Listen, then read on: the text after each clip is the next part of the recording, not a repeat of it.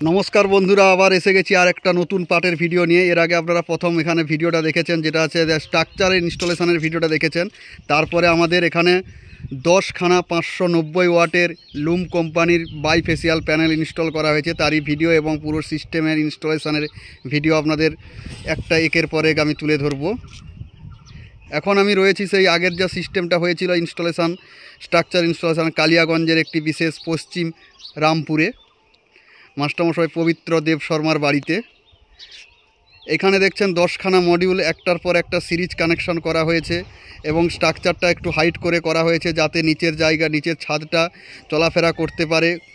ছাদের জায়গাতে চলাফেরা করতে পারে, ওয়েস্টেজ যাতে না হয় জায়গাটা, তার জন্য স্ট্রাকচারটা হাইট করা হয়েছে। এবং আমাদের স্ট্রাকচারটা করা হয়েছে সম্পূর্ণ জিআই স্ট্রাকচার এবং পার্লিন মাধ্যম দিয়ে এন্ড ক্লাম্প মিড ক্লাম্প দিয়ে আমাদের মডিউলগুলো একের পর এক ফিক্সিং করা হয়েছে। যেখানে এন্ড ক্লাম্প দেওয়ার দরকার এন্ড ক্লাম্প, যেখানে মিড ক্লাম্প দেওয়ার দরকার সেখানে মিড ক্লাম্প। আর এই যে জিনিসটা দেখতে পাচ্ছেন, এটা হচ্ছে লাইটিং অ্যারেস্টার। এই লাইটিং অ্যারেস্টারের কাজ হচ্ছে বর্জ্য নিরোধক যন্ত্র, যাতে আমাদের বাজ থেকে বা হাই লাইটিং থেকে আমার মডিউলটাকে রক্ষা করবে, যাতে না কোনোভাবে মডিউলটা নষ্ট না হয়। ঠিক এইটা দিয়ে আমাদের কপার ওয়্যারের মাধ্যম দিয়ে বা এলের যে আর্থিংটার নিচে করা আছে, সেমভাবে মডিউলের স্ট্রাকচারের জন্য একখানার যেটা স্ট্রাকচার আর্থিং বা ডিসি আর্থিং করা হয়, সেটাও কপার ওয়্যারের মাধ্যমে সেটাও গ্রাউন্ডিং করা হয়েছে। এবার এইখানে দেখছেন যে টোটাল 10খানা মডিউল রয়েছে। 10খানা মডিউল একের পর এক স্ট্রিং করা হয়েছে এবং নিচে দেখছেন যে এই আমাদের বেস প্লেটগুলো গ্রাউন্ডিং করা হয়েছে অ্যাঙ্কার ফাস্টনাট দিয়ে। এগুলা পরে হচ্ছে 300 বাই 300 প্যাডেস্টাল ঢালাই করা হবে, যাতে কোনোভাবে ছাদে জল লিকেজ না করে। এরপরে আপনাদের নিচে গিয়ে দেখাবো সেখানে কীভাবে ইনস্টল করা হয়েছে inverter, AC TV, DC TV আর বাকি সমস্ত কিছু।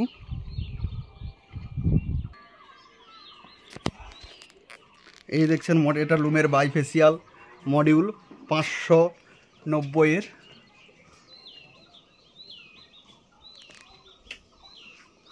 একটার পর একটা মডিউল সিরিজ কানেকশান করা হয়েছে এবং যে MC4 কানেক্টারে যাতে কোনোভাবে না জল না লাগে, তার জন্য MC4 কানেক্টারগুলোকে সুন্দরভাবে মডিউলের তলাতে কেবিল টায়ের মাধ্যমে বাঁধা হয়েছে। এবং এইখান থেকে আমাদের 10খানা মডিউল সিরিজ কানেকশান হয়ে এই যে দেখছেন রেড কালারের পাইপের মধ্য দিয়ে দুটো তার, একটা পজিটিভ একটা নেগেটিভ, দুটো তার এখানে সিঙ্গেল স্ট্রিং হয়েছে। দুটো তার ইনভার্টারে গেছে, ডিসি টিভিতে গেছে, ডিসি টিভির মাধ্যমে ইনভার্টার। এটাগুলো নিচে বসানো আছে, একটার পর একটা দেখাবো। এখানটায় দেখতে পাচ্ছেন ডিসি টিভি। এই যে 10খানা মডিউল সিরিজ কানেকশান হয়েছে, সিরিজ কানেকশান হয়ে এখানে ডিসি টিভিতে এসে সিঙ্গেল স্ট্রিং করা হয়েছে, যদিও আমাদের ইনভার্টার ডবল স্ট্রিং 10 কিলোওয়াটের ইনভার্টার। এখানে যে DC TV direct current distribution box, direct current distribution বক্সে এমসিবি রয়েছে, এসপিডি রয়েছে। ডাইরেক্ট কারেন্ট ডিস্ট্রিবিউশন বক্স থেকে আমাদের ইনভার্টারে ইনপুট হয়েছে। এই যে দুটো তার দেখছেন, দুটো যে পজিটিভ এবং নেগেটিভ MC4 কানেক্টারের মাধ্যম দিয়ে আমাদের ইনভার্টারে ইনপুট হয়েছে এবং ইনভার্টার থেকে আউটপুট হয়েছে। এটা 3 ফেজ 10 কিলোওয়াটের সোফার কোম্পানির অন গ্রিড ইনভার্টার। এবং এখানে যে ডঙ্গেলটা দেখছেন, এটা ওয়াইফাই ডঙ্গেল, যার দ্বারা আপনি পৃথিবীর যে কোনো প্রান্তে থাকলে আপনার যদি বাড়িতে ওয়াইফাই কানেকশান ঠিক থাকে, তাহলে আপনি একের পর এক ডাটা দেখতে পাবেন, কত প্রোডাকশান, কত কনজামশান, জেনারেশন, সমস্ত কিছু দেখতে পাবেন। ঠিক এখান থেকে এসছে 3খানার এই যে তারটা দেখতে পাচ্ছেন, এটা হচ্ছে আমাদের 6 স্কোয়ার mm আর্থিং কপারের ওয়্যার।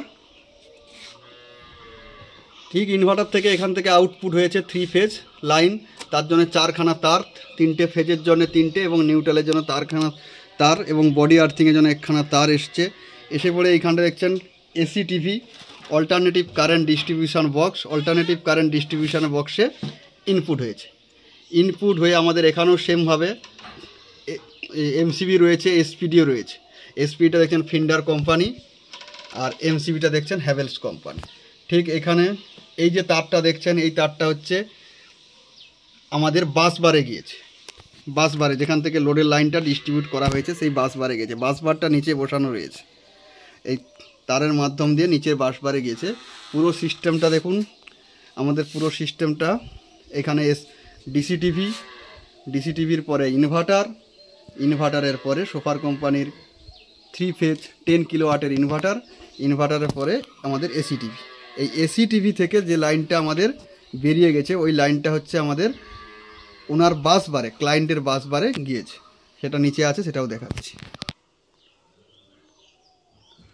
উপর থেকে আমাদের ওই ডিসি টিভি থেকে যা লাইনটা আমাদের আউট হয়েছে, এসি টিভি থেকে যে লাইনটা, সরি ডিসি টিভি না, এসি টিভি থেকে যে লাইনটা আউট হয়েছে এই লাইনটা হচ্ছে আমাদের উপর থেকে এসে এই যে বাস বার বসানো আছে বাস বারে কানেক্ট হয়েছে, বাস বারে কানেক্ট হয়েছে এবং বাস বারে কানেক্ট হয়েছে। আর এটা দেখছেন যে মেন সুইচ, ক্লায়েন্টের এটা মেন সুইচের মাধ্যম থেকে সাপ্লাইয়ের লাইনটা এসে আমাদের এসি বাস বারে এসছে, বাস বারে আমাদের লাইনের সঙ্গে কম্বাইন হয়েছে। এটা 3 ফেজ ইনভার্টার এবং 3 ফেজের কানেকশান।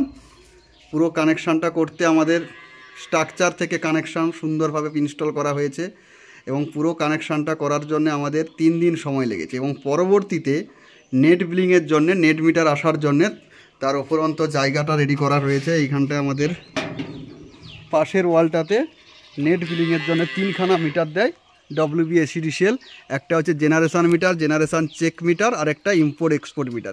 এই জায়গাটাতে যেটা দেখছেন এখানে 2খানা মিটার বসবে, একখানা হচ্ছে জেনারেশান মিটার আর একটা জেনারেশান চেক মিটার। আর এক্সপোর্ট ইম্পোর্ট মিটারটা ওটা আমাদের ইলেকট্রিসিটি বোর্ডের ওখানে WBACDCL এর ইলেকট্রিক পুল আছে, ওই পুলের মাধ্যমে ওই মিটারটা বসবে। এরকম নিত্য নতুন ভিডিও আসবে, কাজ চলছে আমাদের, একের পর এক ইনস্টলেশন হচ্ছে কল্যাণ সোলার পাওয়ারের।